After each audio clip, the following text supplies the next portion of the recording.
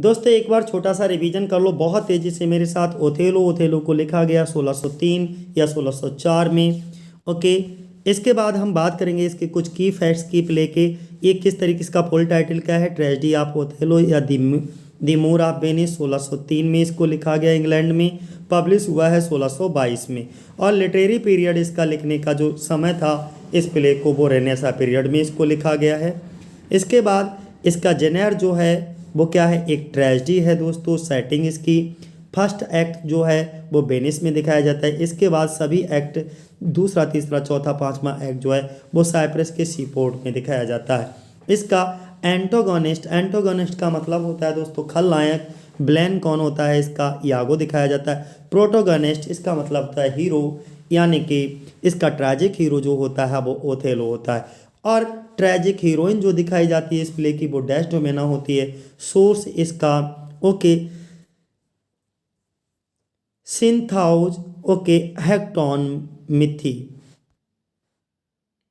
तो सिंथाउज हेक्टोन मिथी इसका सोर्स है दोस्तों। इसके बाद में हमने एक डायग्राम बताया था। स्टार्टिंग से जो आपका प्ले चलता है तो वो एक्सपोजिशन कहलाता है, फिर राइजिंग एक्शन आते हैं, क्लाइमेक्स पर पहुंचता है, इसके बाद फॉलिंग एक्शन और इसके बाद रिजोल्यूशन कहलाता है दोस्तों। इसमें पहला मेन कैरेक्टर जो लीडिंग कैरेक्टर होता है ओथेलो होता है। अब ये ओथेलो कौन होता है, देखो जनरल दिखाया जाता है वेनेशियन आर्मी में। प्रोटोगनिस्ट और हीरो दिखाया जाता है इस प्ले का। और क्रिश्चियन मूर दिखाया जाता है। मूर एक आपसी और काला व्यक्ति होता है। ओथेलो जो है वो डेस्डेमोना का पति भी होता है या लवर। ओके, नेक्स्ट ब्रेवेंशियो कौन होता है, ब्रेवेंशियो जो है वो डेस्डेमोना का पिता दिखाया जाता है और इसे ब्रेवेंजियो भी कह सकते हो। और वेनेशियन का सीनेटर होता है, डेस्डेमोना का फादर होता है। इसके बाद डेस्डेमोना कौन होती है, तो ये ब्रेवेंशियो की पुत्री दिखाई जाती है, ओथेलो की पत्नी दिखाई जाती है और वेनेशियन की बहुत सुंदर जो है लड़की महिला होती है। इसके बाद यागो, ये ब्लेन खलनायक समझो, अमरीश पुरी। ओके, ये इमिलिया का हस्बैंड दिखाया जाता है पहली बात। दूसरा ये है एंटागोनिस्ट है ये, यानी कि ब्लेन है। दूसरा ये ओथेलो का विश्वास बहुत अच्छे से जीत लेता है और विश्वास जीत करके उसकी पीठ में छुरा घोंपता रहता है, यानी कि उसके प्रति षड्यंत्र करता रहता है। दूसरा माइकल कैसियो की बात करते हैं, इसको आप कैसियो पुकार सकते हो। ए जो है बियांका का लवर दिखाया जाता है, माइकल कैसियो। इसके बाद में ए ओथेलोज का बहुत लॉयल और मोस्ट बिलव्ड कैप्टन भी दिखाया जाता है। एमिलिया जो होती है वो यागो की वाइफ दिखाई जाती है और डेस्डेमोना की मेड सर्वेंट दिखाई जाती है। बियांका जो होती है वो कैसियो की लवर दिखाई जाती है। रोड्रिगो जो होता है वो डिसल्यूट वेनेशियन होता है और in love with Desdemona, Desdemona के प्यार में ये पागल होता है और डेस्डेमोना से शादी करना चाहता है रोड्रिगो, और इसका यूज करता है यागो। इसके बाद ग्रेसियानो जो होता है वो ब्रेवेंशियोज का भाई होता है। नेक्स्ट लोडोविको कौन होता है, ब्रेवेंशियोज का किंग्समैन और डेस्डेमोना का कजिन दिखाया जाता है, कौन, लोडोविको। और मोन्टानो जो है ओथेलो के Venetian predecessor in the government Cyprus. Othello Cyprus का जो है गवर्नर बनने से पहले वहाँ का मोन्टानो जो है वो गवर्नर दिखाया जाता है साइप्रस का, और ओथेलो के बाद कैसियो को साइप्रस का गवर्नर बना दिया जाता है। साथ ही एक बार फिर से आप सब लोगों का एक नई वीडियो में हम स्वागत करते हैं। और ये ओथेलो की सीरीज चल रही थी। ओथेलो में हम 2 पार्ट बना करके सबमिट आपको अपलोड कर चुके हैं और आज हम लोग तीसरा पार्ट बनाएंगे दोस्तों। ये जब भी हम इस पार्ट 3 की शुरुआत करेंगे ओथेलो की, तो इसकी शुरुआत जो होगी वो एक्ट 4 और सीन 1 से होगी। अगर हम इससे पहले हम पार्ट 1 और पार्ट 2 ओथेलो पर बना चुके हैं, अगर आप लोगों ने वो वीडियो हमारी नहीं देखी है तो एक बार जा कर के उसको भी देख लीजिएगा दोस्तों। अगर हम इस एक्ट 4 और सीन 1 की बात करते हैं तो इसमें जो एक्ट 4 सीन 1 की शुरुआत होती है, यागो हर भरसक प्रयास कर रहा है कि ओथेलो का ईर्ष्या और क्रोध जो है वो लगातार बढ़ाता रहे, यानी कि ओथेलो को इतना ईर्ष्यालु बना दे डेस्डेमोना के प्रति कि यागो जो भी उसे बताए बस वही समझ आए। दूसरी ओर ओथेलो उसकी ईमानदारी में पूरा विश्वास करने लगता है, क्योंकि यागो कुछ इस तरीके से अपने आप को रिप्रेजेंट कर रहा है ओथेलो के सामने कि ओथेलो उसकी सच्चाई को नहीं जान पा रहा है। यानी कि बाहर से दिखावा वो कुछ और कर रहा है यागो, और ओथेलो को वही दिख रहा है जो उसको दिखाया जा रहा है यागो के द्वारा।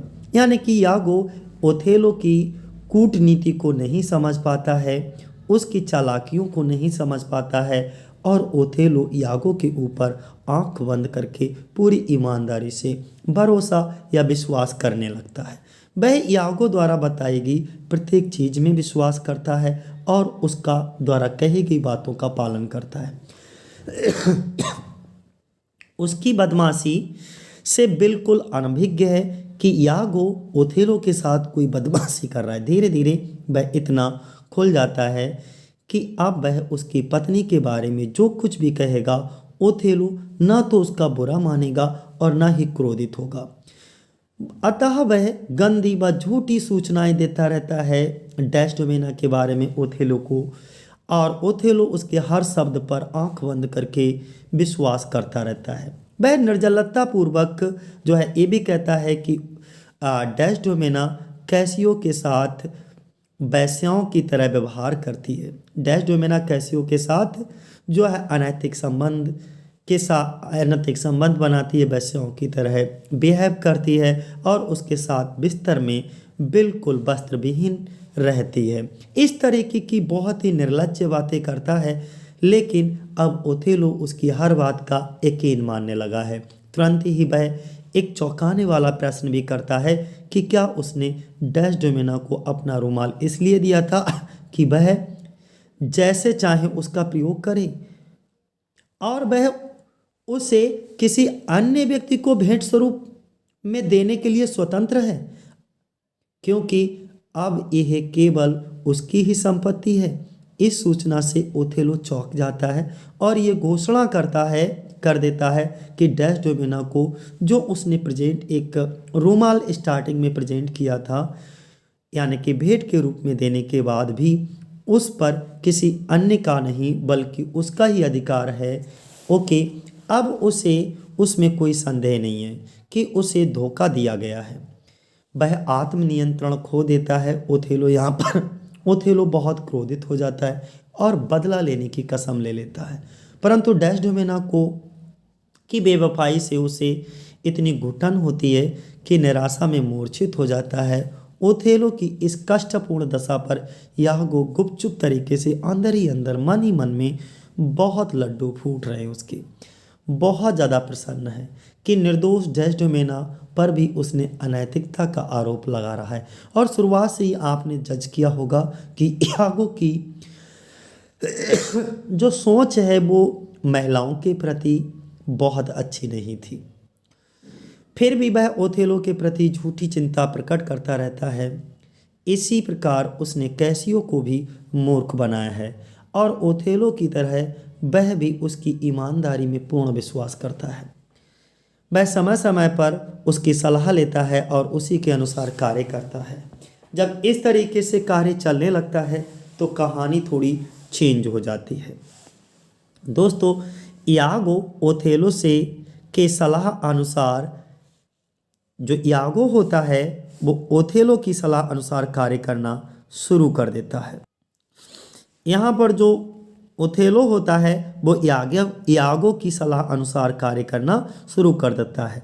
अब यागो जैसा भी बोलता है ओथेलो वैसा ही कर रहा है। ठीक है, उसे यह कहकर शांत करता है कि उसे इस दुर्भाग्य को धैर्यपूर्वक सहन करना चाहिए। निसंदेह उसकी पत्नी अपवित्र हो गई है। देखिए यहाँ पर यागो ओथेलो को किस तरीके से बहका रहा है, किस तरीके से उसको ब्रेन वॉश कर रहा है, किस तरीके से उसके दिमाग में जहर भर रहा है। इसीलिए कहा गया है कि कभी कभी आंखों देखा सच भी सच नहीं होता। तो इसीलिए सुनी हुई बातों पर हमें विश्वास नहीं करना चाहिए। भगवान ने सबसे ऊपर ब्रेन दिया है, मस्तिष्क दिया है, सबसे पहले उसका इस्तेमाल करो। सही क्या है, गलत क्या है, उचित क्या है, अनुचित क्या है, इन चीज़ों को एनालाइज करो, इसके बाद किसी डिसीजन पे पहुंचो। जो मनुष्य का सबसे बड़ा दुर्भाग्य है, परंतु वह असहाय है और सहन करने के अतिरिक्त तो उसके समक्ष कोई अन्य मार्ग नहीं है। अब बेचारा जो ओथेलो है वो बहुत परेशान है, बहुत चिंतित है अपनी पत्नी डेस्डेमोना को लेकर के, क्योंकि अब जो है वह उसकी शक्ल को भी देखना नहीं चाहता है, बल्कि अनेक ऐसे, वो ये तक सोचने लगता है कि अनेक ऐसे पति हैं जो इसी कष्ट से होकर के गुजर रहे हैं और उन्हें अपनी बेवफा पत्नियों के साथ रहना पड़ रहा है। अपने षड्यंत्र के अंग के रूप में वह डेस्डेमोना और कैसियो के मध्य जो मिलाप होता है, मिलन होता है, की व्यवस्था करता है। वह उसे सलाह देता है कि उससे गंभीरतापूर्वक बात करने के स्थान पर उसे उससे हंसते हुए आनंदपूर्वक बातें करनी चाहिए। चेहरा आनंदपूर्ण हो, जैसे कोई गंभीर बात नहीं है। वे दोनों एक दूसरे के साथ का आनंद ले रहे हैं। फिर वह ओथेलो को कुछ दूरी पर लेकर के आता है। देखो, बहुत धूर्त यागो है, यागो इतना धूर्त है बताया नहीं जा सकता। इधर यागो ने कैसियो से क्या कहा कि तुम डेस्डेमोना के पास जाओ और उससे हंसते हुए बातें करना, बिल्कुल भी ऐसा एहसास ना हो कि तुम्हारे चेहरे पर किसी तरीके की सिकन है, किसी तरीके का दुख है। और इधर यागो ओथेलो को लेकर के पहुंच जाता है और यागो ओथेलो से कहता है, देखो तुम्हारी पत्नी से कैसियो कैसे हंस हंस के बातें करता है। तो ये दोनों तरफ से लोगों को, इधर कैसियो को कुछ और सलाह देता है और जब कैसियो वैसा ही करता है और उधर ओथेलो को कुछ और समझा देता है जाकर के। इस तरीके से वह ओथेलो का संदेह फिर से पक्का कर देता है कि डेस्डेमोना ने उसे नज़रअंदाज कर दिया है और वह कैसियो को प्रेम करने लगी है।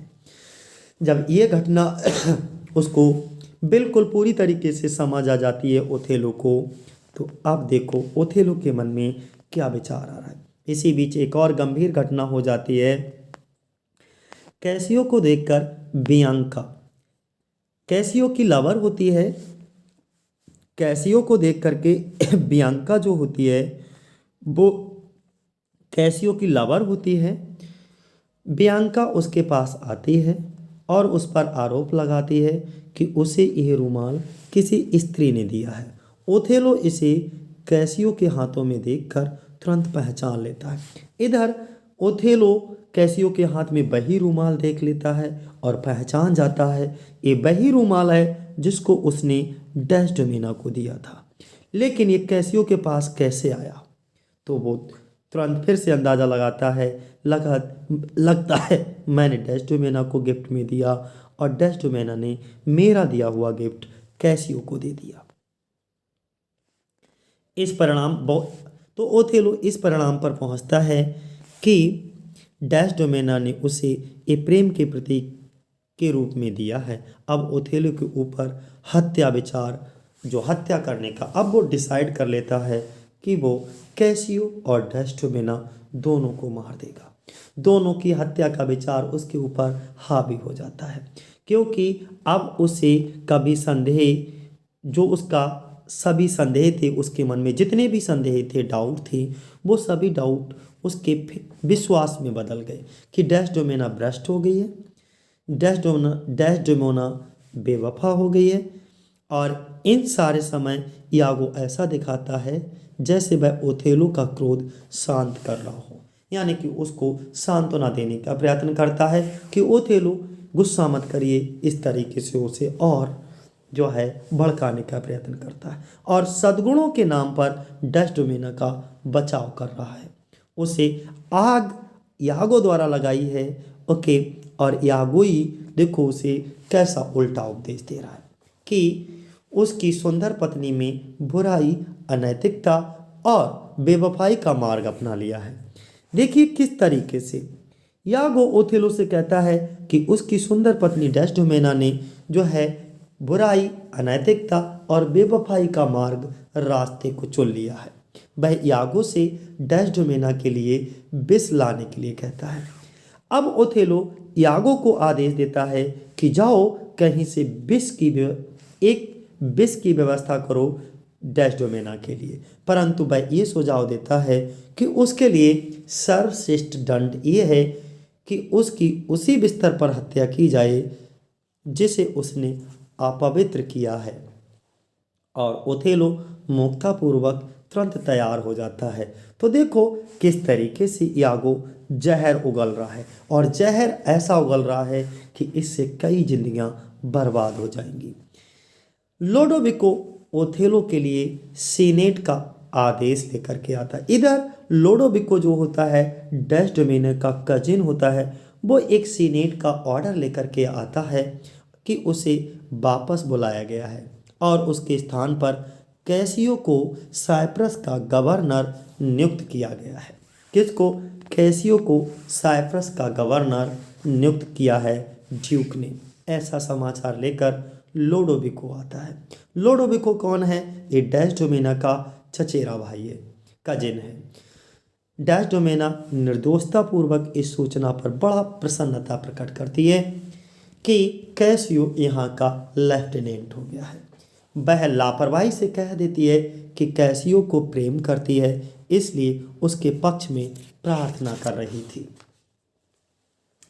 ओथेलो बहुत ज़्यादा इस बात पर क्रोधित हो जाता है, बहुत गुस्सा आ जाता है। गुस्से में उसका चेहरा एकदम लाल हो जाता है, अपने को भूल जाता है, एकदम उसकी ओर दौड़ता है और उस पर वार कर देता है। ओथेलो के इस व्यवहार से सभी चकित हो जाते हैं एकदम, परंतु वह क्रोध में गालियां देता है और उसे अपमानित करता है। फिर इसके बाद इस एक्ट की भी समाप्ति इस सीन की समाप्ति हो जाती है। अब एक्ट 4 का सीन सेकंड चलेगा दोस्तों। अब हम बात करेंगे आपसे, एक्ट 4 है लेकिन इसका सीन सेकंड चल रहा है। अगर एक्ट 4 और सीन सेकंड में अगर हम बात करें आपसे, इसकी कहानी कुछ इस तरीके से होती है कि ओथेलो ने यागो से कहा था कि वह अपनी पत्नी इमिलिया को डेस्डेमोना के पीछे जासूस बना करके उसके व्यवहार को देखने के लिए नियुक्त कर दे। ये कुछ समय पहले ही हमने बताया था आपको, इससे पहले एक्ट में। अब वह उससे पूछता है कि उसने क्या देखा, अथवा क्या कैसियो और डेस्डेमोना के मध्य कोई नाजायज संबंध है, कोई संबंध है। इमिलिया स्पष्ट रूप से इन सभी संबंधों को अस्वीकार कर देती है। वो स्वीकार तब करे जब कुछ ऐसा हो, ऐसा कुछ था ही नहीं। डेस्डेमोना पवित्र थी, वो अपने पति को लेकर के बहुत ईमानदार थी, लेकिन यहाँ ओथेलो जो है वो कच्चे कान का होता है, यानी कि कहीं सुनी बातों पर विश्वास करता है और वो अपनी प्यारी सुंदर अच्छी पत्नी पर विश्वास ना करके एक बहरूपीय पर विश्वास करना शुरू कर देता है। और उसका नतीजा आप सब लोग अंत में देखोगे कि किस तरीके से पूरा परिवार, किस तरीके से पूरी की पूरी फैमिली नष्ट हो जाती है, बर्बाद हो जाती है। इसलिए हमको इन नाटकों को पढ़ करके, समझ करके ये चीज़ें ज़रूर समझना चाहिए कि हमें अपने जीवन के जो निर्णय हैं ओके वो बहुत ज़्यादा गुस्से में या जल्दबाजी में नहीं लेना चाहिए। किसी के कहे अनुसार कोई काम नहीं करना चाहिए। भगवान ने तुमको अपनी बुद्धि दी है, तुमको अपनी समझ दी है, उस समझ और बुद्धि के अनुसार कार्य करना बहुत ज़रूरी है। सबसे ऊपर हेड होता है तो सबसे पहले उसी का इस्तेमाल करो। और बताती हैं कि उससे कुछ भी आपत्तिजनक नहीं देखा। उसने जो कुछ देखा, जैसा ऑब्जर्व किया इमिलिया ने, वैसा ही उसने ओथेलो को बता दिया। ओथेलो पहले से ही बहुत ज़्यादा संदेहपूर्ण है और यागो ने उसे और ज़्यादा विषाक्त कर दिया है, इतना जहरीला बना दिया है कि अब उसे सही बात भी ठीक नहीं लगती, बुरी लगती है। अब जब उसको ठीक बात भी ठीक नहीं लग रही है, अतः वह उस पर विश्वास नहीं करता। किस पर? इमिलिया पर। वो इमिलिया पर बिल्कुल भी विश्वास करने को तैयार नहीं है। वह इन सब चीज़ों के बारे में डेस्डेमोना से व्यक्तिगत रूप से बात करने का निश्चय करता है कि ओथेलो अब चाहता है कि खुल्लम खुल्ला डेस्डेमोना से बात की जाए पर्सनली तौर पर। डेस्डेमोना बहुत चकित है, आश्चर्यचकित है और अब तब बहुत डर जाती है जब ओथेलो उसे वेश्या कह करके गाली देता है। डेस्डेमोना उस समय बहुत ज़्यादा परेशान हो जाती है जब ओथेलो डेस्डेमोना को वेश्या कह करके पुकारता है। किसी भी औरत के लिए ये शब्द किसी गाली से, गाली तो क्या, उसकी जो है अंतरात्मा को झकझोर देने वाली गाली होती है। उसे ये पता नहीं होता कि ओथेलो उससे इस प्रकार व्यवहार क्यों कर रहा है। यद्यपि वह पूरी तरह निर्दोष है, उसने कहीं कोई ऐसी गलती नहीं की जिससे कि उसके कैरेक्टर पर कोई उंगली उठा करके देखे। और यहाँ पर तो ओथेलो उसका पति जिसको वह अपना भगवान मानती है, जिसके लिए उसने अपने परिवार को, अपने माता पिता को, जिन्होंने बचपन से पाल करके उसे हंसना खेलना कूदना सिखाया था, उन सबको छोड़ करके इस पर विश्वास किया था। आज वही व्यक्ति उस पर विश्वास करने को बिल्कुल भी तैयार नहीं था। आज वही व्यक्ति अपनी पत्नी के लिए इस तरीके के शब्दों का उपयोग कर रहा है। वह बहुत परेशान थी, वह ओथेलो के क्रोध से बहुत डरी हुई थी। वह ये विश्वास करती थी कि उसके दिमाग में कहीं कोई गलतफहमी है, परंतु उसे ये नहीं पता है कि ये क्या है। इस सारी स्थिति उसे इस सोचने पर मजबूर करती है कि निकट भविष्य में उसके जीवन में कोई भयानक दिक्कतें आने वाली हैं, भयानक कष्ट आने वाला है। जब ओथेलो उस पर बुरी तरह दोष लगाता है, आरोप प्रत्यारोप लगाता है, तो वह बेकार ही अपनी स्थिति स्पष्ट करने का प्रयत्न करती है। देखिए, शक्की व्यक्ति जो होता है, जिसके मन में एक बार अगर किसी को लेकर के शक बैठ जाता है, अगर कोई व्यक्ति उस शक को दूर करने के लिए अपनी सफाई देता है तो उसका शक और ज़्यादा बढ़ जाता है। इसलिए हमें ज़रूरत होती है कि शक अगर किसी को होता है तो सफाई देने की ज़रूरत नहीं। उसे बताती हैं कि वह तनिक भी अपराधी नहीं है। ओथेलो दो विपरीत भावनाओं के बीच झूल रहा है। एक ओर वह डेस्डेमोना की निर्दोषता और अतुलनीय सुंदरता से बहुत ज़्यादा प्रभावित है, दूसरी ओर उसकी अनैतिकता के विचार से उत्पन्न क्रोध, जेलसी, ईर्ष्या उसको अंदर से खाए जा रही है, यातना दे रही है, दुखी कर रही है, परेशान किए जा रही है। इस प्रकार उसमें प्रेम व अनैतिकता के मध्य एक संघर्ष सा चल रहा है। किसके? ओथेलो के, यानी कि इनर कॉन्फ्लिक्ट उसके अंदर कूट कूट करके इस समय एकदम क्लाइमैक्स पर है।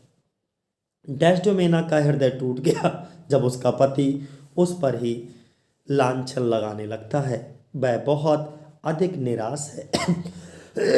कौन? डेस्डेमोना। वह एमिलिया से अपने बिस्तर पर विवाह की चादर डालने के लिए कहती है।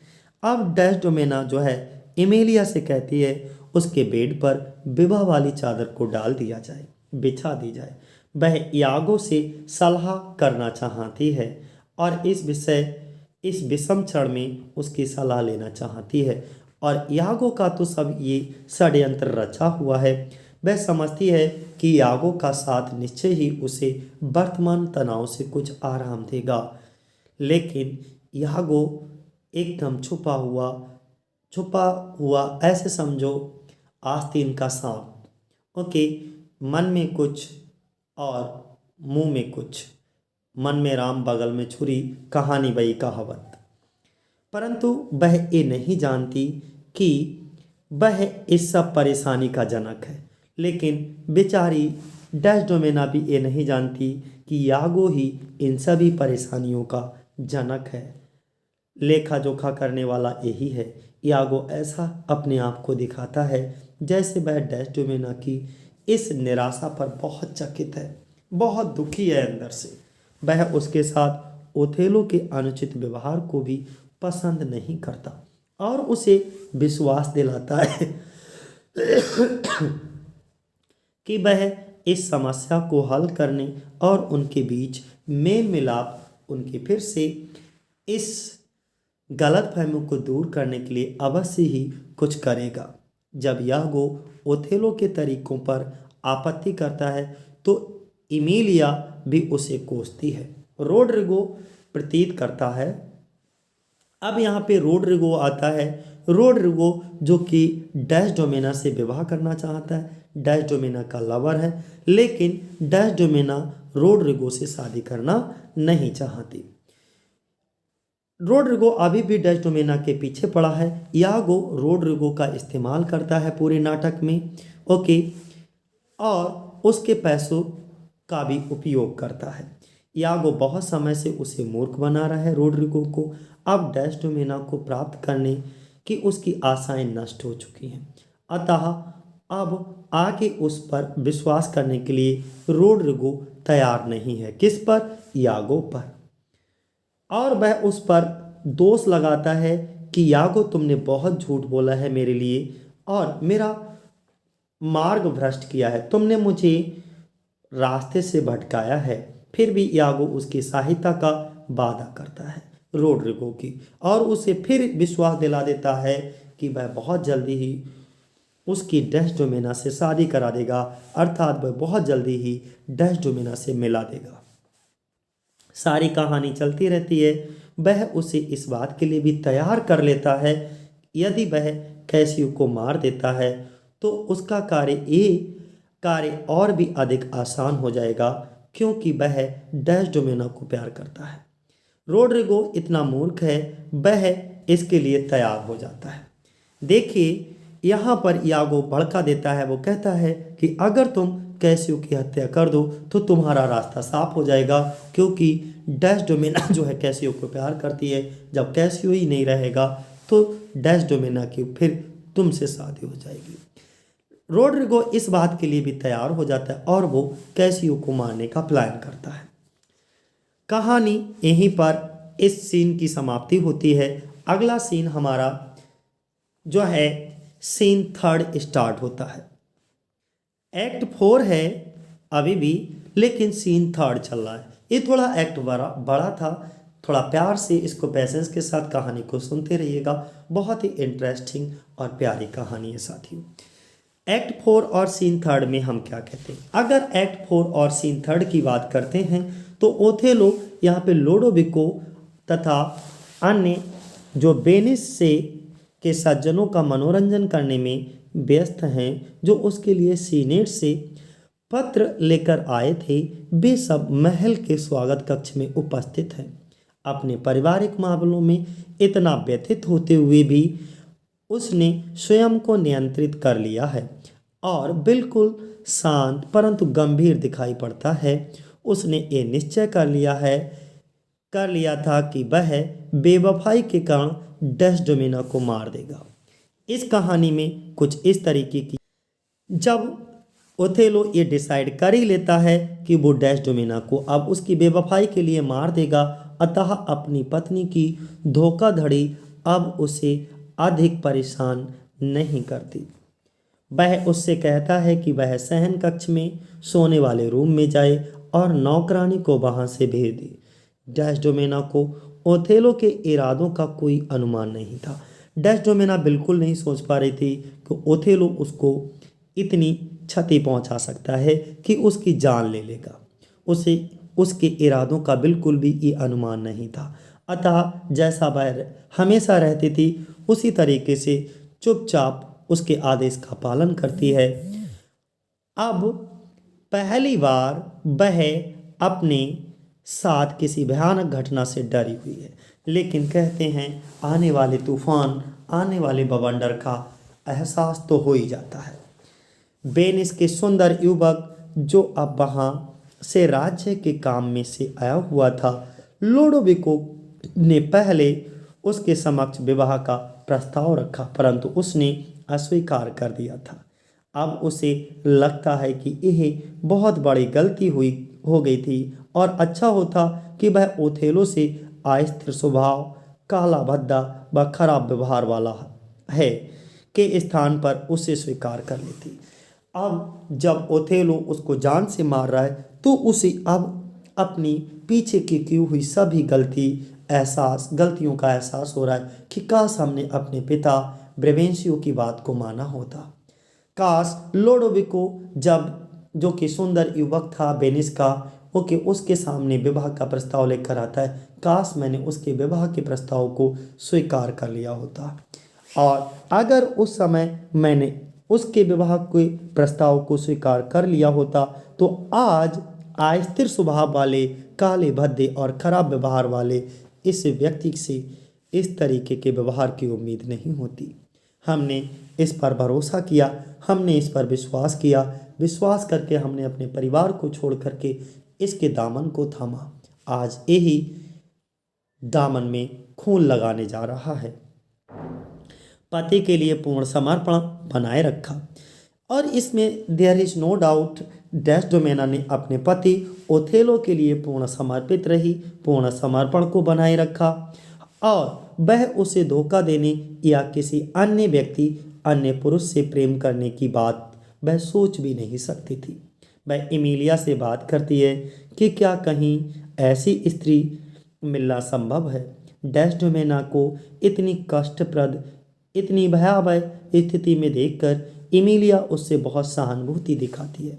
इधर जो एमिलिया होती है वो, क्योंकि ये मेड दिखाई जाती है डेस्डेमोना की, उसकी इतनी कष्टप्रद स्थिति को देख करके उसके प्रति सहानुभूति दिखाती है, परंतु वह अपनी ईमानदारी सिद्ध नहीं कर पाती। अतः एमिलिया भी ओथेलो के आधारहीन संदेह को कोसती है कि सभी पुरुष ऐसा ही क्यों करते हैं, उन्हें अपनी पत्नियों पर विश्वास क्यों नहीं होता। जब एक विश्वास के बंधन में बंधते हैं तो विश्वास होना बहुत ज़रूरी है, क्योंकि सारे रिश्ते एक विश्वास पर ही आधारित होते हैं। अगर ये विश्वास का धागा इतना कमज़ोर होगा तो कोई भी रिश्ता हमारा बेहतर और अच्छा नहीं हो सकता। अगर रिश्ते में आप खुशी चाहते हो, खुशियों को तलाशते हो, खुशियों को देखते हो, तो विश्वास करना आपको आना चाहिए। अर्थात यहाँ पर बल्कि जो एमिलिया होती है वो पुरुषों पर ये आरोप लगाती है कि ये जो पुरुष लोग होते हैं वो अपनी पत्नियों पर आरोप लगाते हैं, जबकि खुद अपने जो है उनके साथ दुर्व्यवहार करते हैं। अरे पत्नियों, जिस पर तुम लांछन लगाते हो कोई और नहीं बल्कि तुम ही हो। उनके साथ दुर्व्यवहार करते हैं, उन पर चरित्रहीनता का आरोप लगाते हैं, जबकि वे स्वयं अपने आनंद के लिए अन्य स्त्रियों को ढूंढते रहते हैं। एक कैसी सोच है। वे कभी ये नहीं सोचते कि उनकी पत्नियां क्या चाहती हैं। डेस्डेमोना बिल्कुल असहाय है और ईश्वर से इस समय प्रार्थना कर रही है कि उसके पति के मन में उसके प्रति जो संदेह है, जो डाउट है, उसको मिटा दे। लेकिन कहते हैं जो एक बार संदेह हो गया वो आसानी से कभी नहीं मिटता। वह उसके प्रति सदैव वफादार और सच्ची रही है, ये बात डेस्डेमोना कहती है। उसे अपनी मृत्यु का अब पूरा भरोसा है। अब डेस्डेमोना को ऐसा एहसास हो गया, ऐसा लगने लगा, ऐसा फील कर रही है कि अब उसकी मृत्यु निश्चित है। और अपना ध्यान बटाने के लिए वह अंतिम गीत गाती है जो कि उसकी माँ के द्वारा सिखाया गया था, गाया गया था। अब दोस्तों हम यहाँ पर हमारा एक्ट 4 समाप्त हो जाता है। अब एक्ट 5 की शुरुआत होगी। दोस्तों एक्ट 5 में अगर हम बात करें और scene first, act 5 and scene first में कहानी क्या होती है, ये पूरा का पूरा विलियम शेक्सपियर ने 5 एक्ट में इस पूरे ओथेलो को लिखा है। दोस्तों ये इसका आखिरी एक्ट है और इसमें कुल 2 सीन हैं दोस्तों, फर्स्ट एंड सेकंड। तो इसमें हम पहले सीन की बात करते हैं। यागो की बदमाशी अब बहुत तेज़ी से कार्य कर रही है। उसके सुझाव पर मूर्ख रोड्रिगो कैसियो की हत्या के लिए तैयार हो जाता है। अब कहानी थोड़ा आगे परिवर्तित होती जा रही है, क्लाइमेक्स से एकदम फालिंग की ओर आ रही है। दोस्तों वे दोनों आपस में कानाफूसी करते हैं और यागो लगातार उसे यह काम करने के लिए उकसा रहा है। यागो लगातार रोड्रिगो को उकसाता रहता है। रोड्रिगो वहाँ से चला जाता है और यागो एक यहाँ पे सलीलिक्यू बोलता है। दोस्तों सलीलिक्यू की वीडियो मैं एकदम अलग से बनाऊंगा, इसके कुछ फेमस स्पीच हैं उसकी वीडियो मैं अलग से बना दूंगा। ये वीडियो वैसे ही बहुत लेंदी हो गई हैं क्योंकि ये प्ले बहुत बड़ा है। दोस्तों जिसमें वह ये विश्वास करता है कि वह कुछ अवश्य ही घटित होगा। उसे लगता है कि रोड्रिगो के कृत्य का परिणाम उसके लिए महत्वपूर्ण नहीं है। ये निश्चित है कि संघर्ष में रोड्रिगो अथवा कैसियो कोई भी मारा जाएगा। अब यहाँ यागो मन में सोच रहा है संघर्ष में या तो रोड्रिगो मारा जाएगा या फिर कैसियो मारा जाएगा। दोनों में से कोई भी मारा जाए अपना तो फायदा ही होना है, क्योंकि वो रोड्रिगो से भी कोई लगाव नहीं है, बस सिर्फ उसे यूज कर रहा है। ओके, और दोनों ही स्थितियां उसके पक्ष में होंगी। यदि वे दोनों ही मारे जाते हैं, अगर मान लीजिए ये दोनों ही मारे जाते हैं तो यह और भी अच्छा होगा। अगर रोड्रिगो भी मारा जाए और कैसियो भी मारा जाए तो यागो के लिए और अच्छी बात है। यहाँ पर नेक्स्ट, अंधेरे में कैसियो अपनी प्रेमिका बियांका के घर से लौटता है और रास्ते में रोड्रिगो अचानक, यहाँ पर जो कैसियो होता है वो अपनी प्रेमिका बियांका के बिलव्ड होती है, उसकी बियांका उसके घर से लौट रहा होता है, तो रात के अंधेरे में रोड्रिगो घात लगाए बैठा होता है। अचानक कैसियो के ऊपर आक्रमण कर देता है, परंतु कैसियो जो है वो बच जाता है। दूसरी ओर वह उल्टा रोड्रिगो को बुरी तरह से घायल कर देता है और फिर झूठी सहानुभूति का दिखावा करते हुए यागो रोड्रिगो की इधर हत्या कर देता है। यागो रोड्रिगो की हत्या इसलिए कर देता है कि अगर ये अधमरा पकड़ा गया तो कहीं उसके षड्यंत्र की पोल ना खोल दे। वो इधर आकर के रोड्रिगो की हत्या कर देता है और उधर कैसियो से ये कह देता है कि आपकी जान बचाने के लिए मैंने रोड्रिगो को मार दिया। तो देखो किस तरीके से षड्यंत्र चलता रहता है। कौन से पायरेसी जो चलती है वो यागो के दिमाग में बड़ी खतरनाक ढंग से चलती है। ये तो आज के विलेन जो होते हैं, आज के खलनायक जो होते हैं, उनसे भी खतरनाक हैं अंधेरे में। और दोस्तों अगर ओथेलो को और अच्छा समझना चाहते हो तो आप ओमकारा मूवी को भी देख सकते हो, जिसमें यागो का रोल लंगड़ा त्यागी ने यानी कि सैफ अली खान ने निभाया है। अगर आप देखो तो उस मूवी को देखकर इसकी कहानी को समझ सकते हो। ओमकारा मूवी बॉलीवुड में वो ओथेलो प्ले से ही प्रेरित है दोस्तों। इसके बाद हम चर्चा करेंगे आपसे आगे कि इसमें क्या होता है कि अंधेरे में कैसियो, अंधेरे के आवरण में यागो जो होता है वो कैसियो पर भी आक्रमण कर, इसे तो मार ही देता है, कैसियो पर भी आक्रमण करता है और इसमें कैसियो का पांव घायल हो जाता है और वह गिर पड़ता है। जब ओथेलो को ये पता लगता है ये सब यागो ने किया है तो वह समझ जाता है ये सब उसी के लिए किया है। अब इधर ओथेलो को पता लगता है कि ये सब चीज़ें यागो ने कही हैं, तो ओथेलो समझ रहा है कि यागो जो है वो मेरा फैथफुली है, ये सब चीज़ें मेरे लिए कर रहा है, उसने कैसियो को मार दिया अर्थात मेरे लिए मारा है।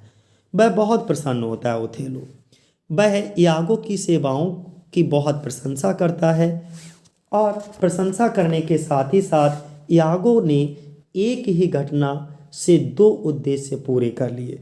एक तो वह ओथेलो का बहुत प्रशंसक बन गया, ओथेलो का बहुत ज़्यादा ट्रस्टेड पर्सन बन जाता है। दूसरा वह कैसियो को भी मार देता है। अब मार उसे लगता है लेकिन ये मरा नहीं है अभी भी।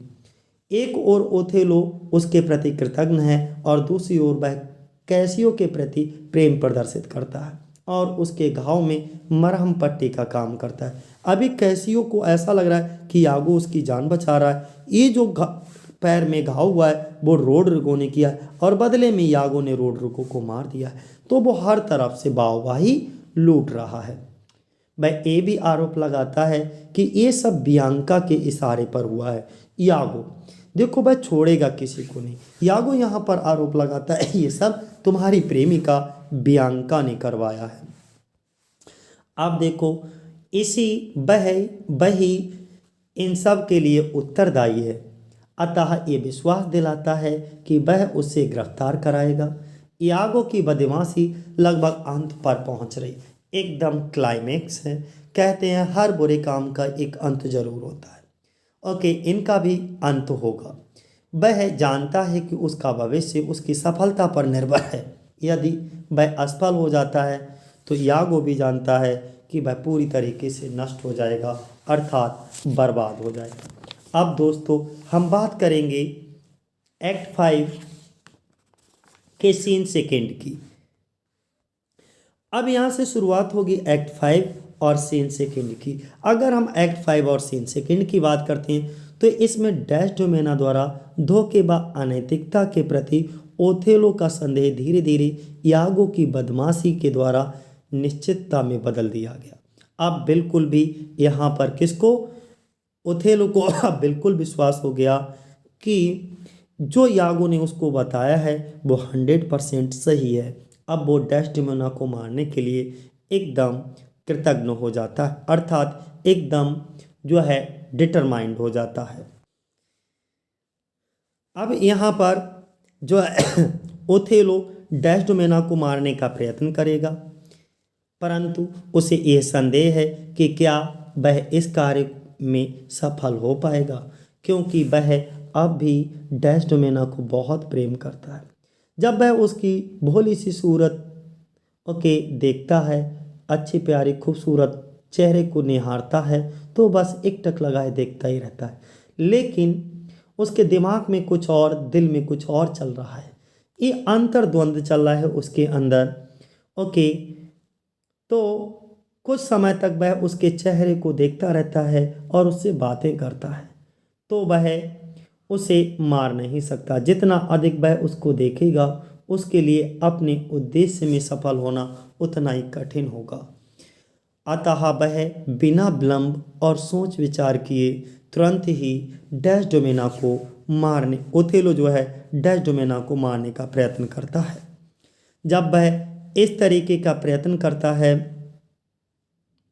ये प्रकट करता है कि उसने दृढ़ निश्चय कर लिया है कि निर्दयता से, बड़ी क्रूरता से, निर्दयता से, बिल्कुल भी दया भावना ना दिखा करके इस सुंदर और कोमल डेस्डेमोना का खून बहाने में बिल्कुल भी नहीं हिचकिचाएगा। उसे डर है कि ऐसा करते समय कहीं डेस्डेमोना पर दया की भावनाएं हावी ना हो जाएं, उसका साहस समाप्त ना हो जाए। परंतु साथ ही वह ये भी महसूस करता है कि न्याय के नाम पर उसे डेस्डेमोना को मारना ही होगा। अर्थात ओथेलो कहता है कि नहीं तो ये ना जाने कितने लोगों को जो है बर्बाद करेगी। उसका विचार है कि डेस्डेमोना की हत्या वास्तव में हत्या नहीं है, बल्कि न्याय और पवित्रता की वेदी पर एक भ्रष्ट स्त्री का, एक बेवफा स्त्री का, महिला का बलिदान है। वह अपने हृदय में बहुत दुखी होता है। डेस्डेमोना के हत्या के विचार से उसकी आंखों में आंसू आ जाते हैं। अब वो उसकी हत्या पर विचार करने के बारे में सोचने लगता है। वह यहाँ पर डेस्डेमोना से बैठा हुआ बातें कर रहा है, लेकिन वह इसको मारने का भरपूर प्रयत्न करता है। अब देखो कहानी थोड़ा थोड़ा आगे बढ़ती चली जाएगी अपने आप। यहाँ पर ओथेलो सोचता है कि जो डेस्डेमोना की हत्या है वो वास्तव में जो है डेस्डेमोना की हत्या नहीं है। इसके बाद वह अपने हृदय में बहुत दुखी होता है और डेस्डेमोना की हत्या के विचार से ओथेलो की आंखों में भी आंसू आ जाते हैं, क्योंकि वह अब भी डेस्डेमोना को बहुत प्रेम करता है और अपने जीवन की अमूल्य उपलब्धि मानता है। जब वह अपने शयन कक्ष में पहुंचता है, शयन कक्ष में, तो डेस्डेमोना उसे अपने साथ सोने के लिए बुलाती है, परंतु वह उसके साथ बहुत भद्दा व्यवहार करता है। बेचारी महिला तब बहुत डर जाती है डेस्डेमोना।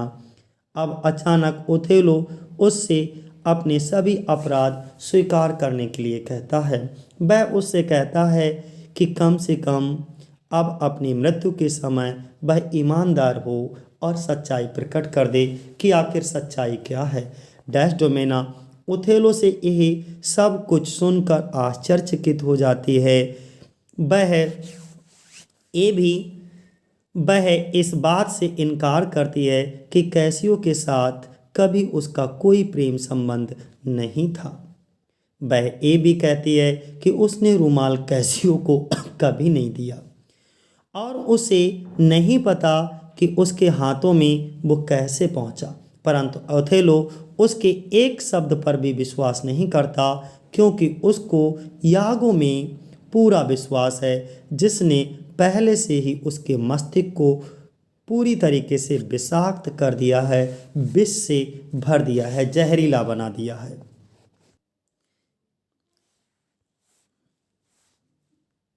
कैसियो के हाथ में रुमाल देखा था जब यागो शैतानी पूर्वक उसे वहीं ले आया था, वहाँ जहाँ वह बियांका से बात कर रहा था।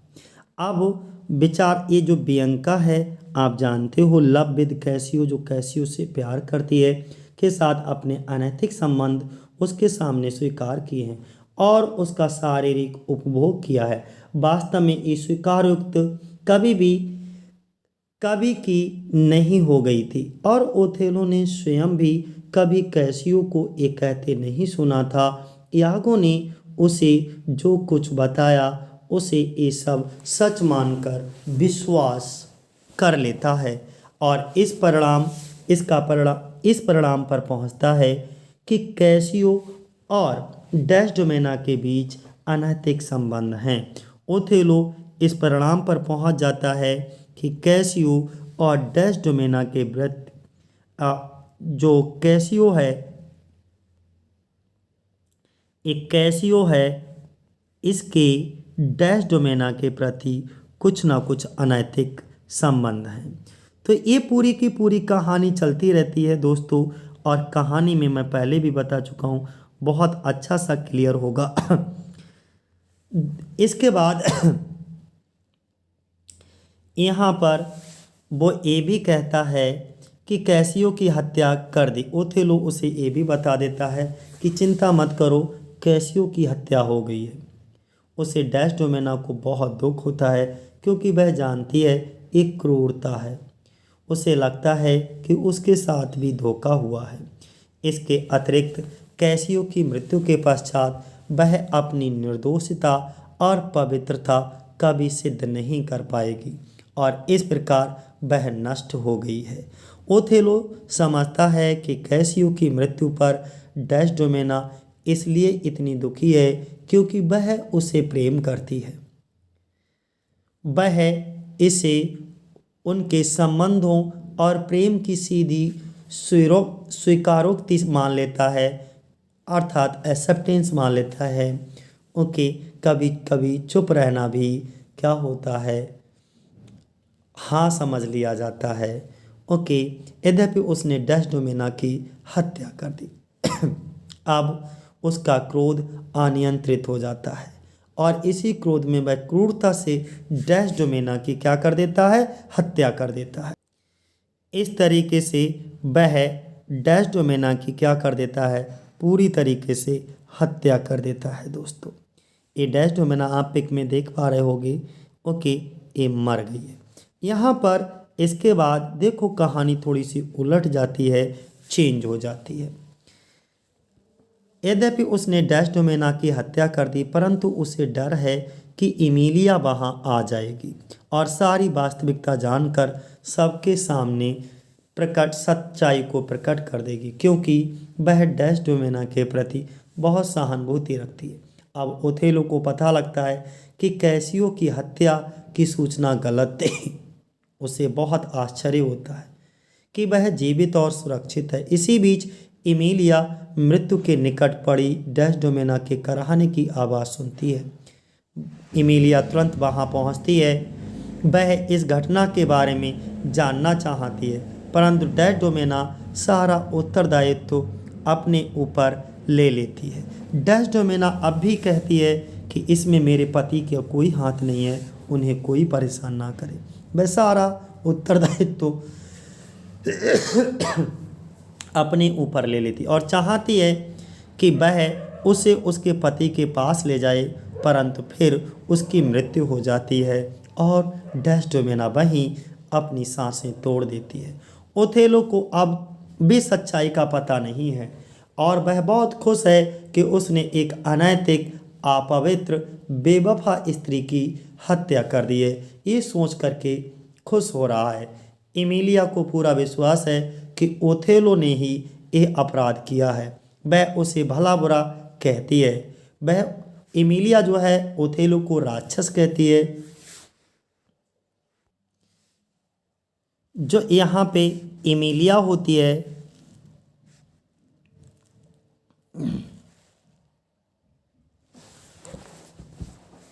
इमिलिया वो ओथेलो को राक्षस कह करके पुकारती है। और देखो क्या क्या कहती है, जिसने डेस्डेमोना यानी कि जिसने अपनी पत्नी डेस्डेमोना के समान पवित्र व निर्दोष स्त्री की हत्या कर दी है।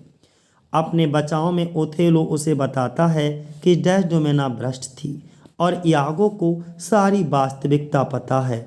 उसके पास उसके व कैसियो के प्रेम का प्रमाण है, परंतु इमिलिया निडर होकर अपना क्रोध प्रकट करती है और उसे अपमानित करती है। उसे ये भी चिंता नहीं है कि उसके इस प्रकार बोलने से ओथेलो क्रोधित हो जाएगा। वह जोर से ये घोषणा करते इमिलिया कि ओथेलो ने डेस्डेमोना की हत्या कर दी है। जब यागो ये शोर सुनकर वहाँ पहुँचता है तो इमिलिया उसके अनेक प्रश्न करती है, उससे अनेक प्रश्न करती है। वह ये जानना चाहती है कि ओथेलो उस पर क्यों दोष लगा रहा है। यागो उसे धमकाता है और कहता है कि मुंह बंद रखने के लिए। जब मोंटानो तथा ग्रेसियानो ओथेलो से इस घटना के बारे में पूछते हैं तो वह स्वीकार कर लेता है कि उसने ही डेस्डेमोना की हत्या की है। समझ गए ये कहानी। ओके, ग्रेसियानो कौन होता है? किंग्समैन टू ब्रेवेंशियो दिखाया जाता है और लोडोविको वेनेशियन जेंटलमैन होता है। मोंटानो कौन होता है? एन ऑफिसर ऑफ साइप्रस होता है। ओके, सीनेटर्स ऑफ वेनिस होते हैं। तो ये सभी कौन दिखाए जाते हैं? सीनेटर्स ऑफ वेनिस, ध्यान रखिएगा। और ब्रेवेंशियो भी क्या है? एक सीनेटर है। तो अब आपको पूरी कहानी पता लग गई।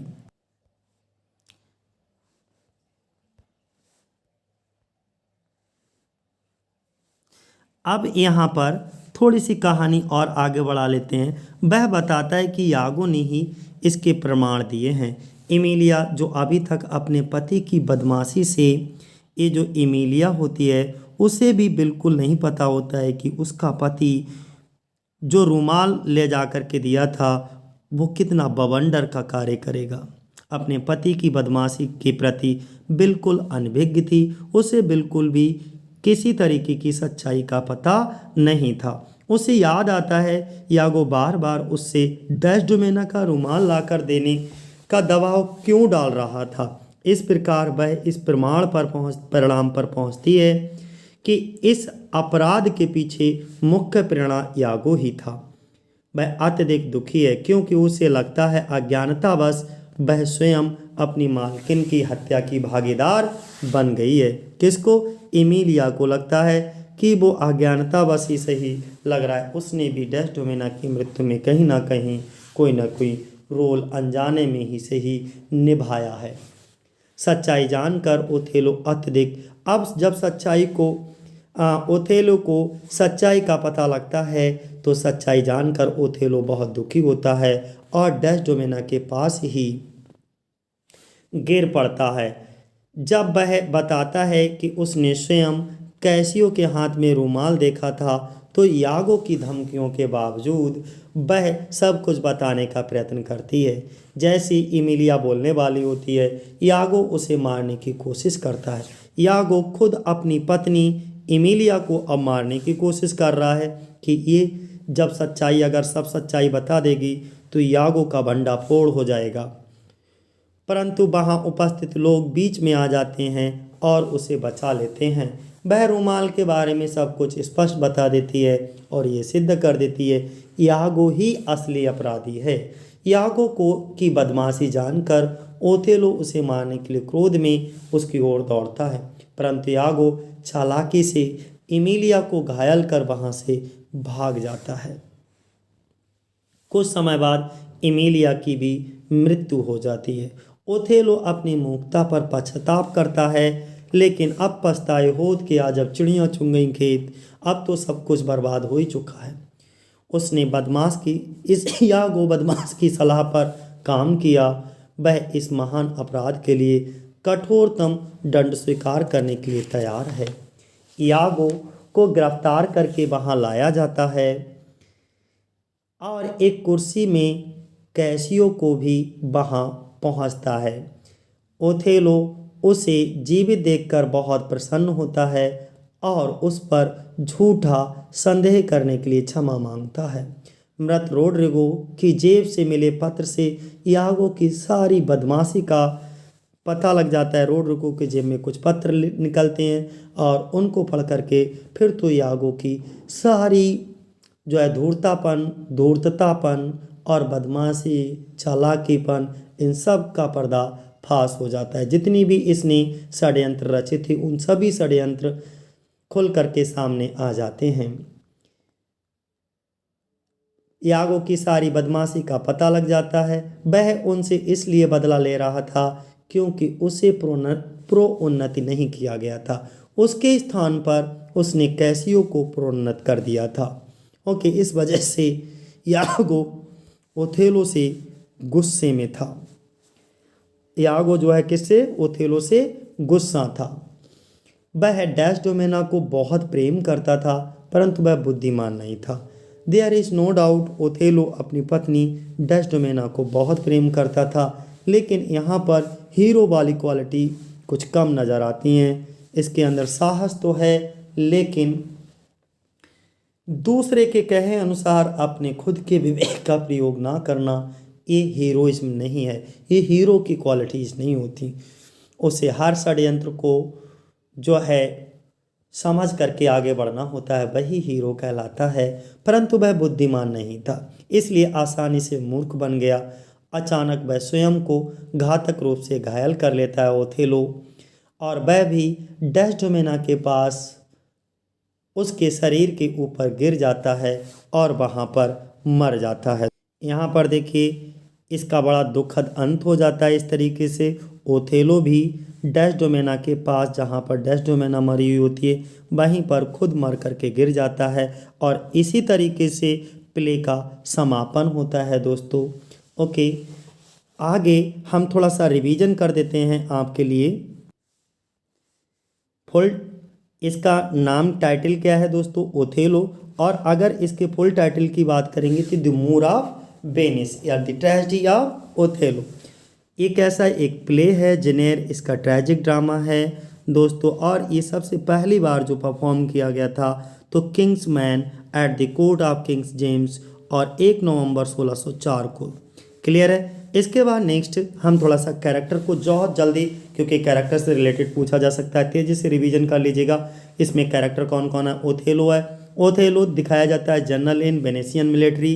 डेस्डेमोना कौन है? ओथेलो की पत्नी दिखाई जाती है और ब्रेवेंशियो की पुत्री दिखाई जाती है। यागो कौन दिखाया जाता है? ओथेलो का एक बहुत ही ट्रस्टेड और खलनायक होता है, ब्लेन दिखाया जाता है दोस्तों, बट जेलस करता रहता है एंड ट्रेटरस एंड साइन करता है। ओके, दूसरा कैसियो कौन होता है? ओथेलो का एक लॉयल और मोस्ट बिलव्ड कैप्टन दिखाया जाता है। एमिलिया यागोज की पत्नी दिखाई जाती है, जो धूर्त यागो होता है। ओके, खलनायक उसकी पत्नी दिखाई जाती है और डेस्डेमोना की मेड सर्वेंट होती है। कौन? एमिलिया। बियांका जो है वो कैसियो की लवर दिखाई जाती है। कौन? बियांका। इसके बाद ब्रेवेंशियो जो है वो वेनेसियन सीनेटर होता है और डेस्डेमोना का फादर होता है। और इसको कहीं कहीं हम जो है कैन आल्सो बी कॉल्ड ब्रेवेंजियो। ओके, तो ब्रेवेंजियो अगर लिखा हुआ आ जाए परेशान नहीं होना है, ये भी ओथेलो का ब्रेवेंशियो का ही कैरेक्टर है।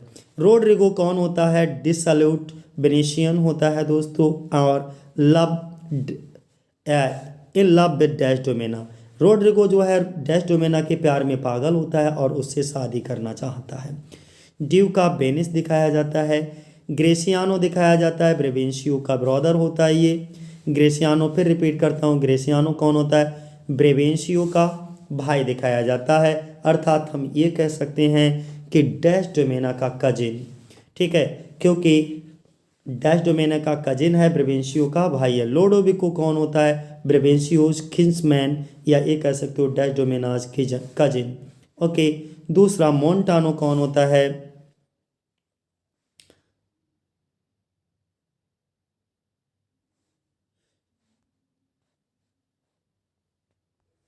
सॉरी दोस्तों, यहाँ पे कुछ दिक्कत हो गई। ग्रेसियानो जो है वो ब्रेवेंशियो का भाई है, तो डैश डोमेना का बनेगा जो है चाचा या ताऊ। ओके, क्योंकि ब्रेवेंशियो का भाई है ग्रेसियानो, ध्यान रखिएगा। ठीक है, कजिन नहीं। कजिन कौन है? लोडोविको है। डैश डोमेना का कजिन कौन दिखाया जाता है? लोडोविको। और मोन्टानो ओथेलोज वेनेशियन प्रेडिसेसर दिखाया जाता है, okay, in government of Cyprus. इसके बाद कुछ clown, senators, sailors, officers, gentleman, messenger, ये सब दिखाए जाते हैं दोस्तों। ओके, तो इस तरीके से आज के लिए इतना ही। जय हिंद, जय भारत साथियों।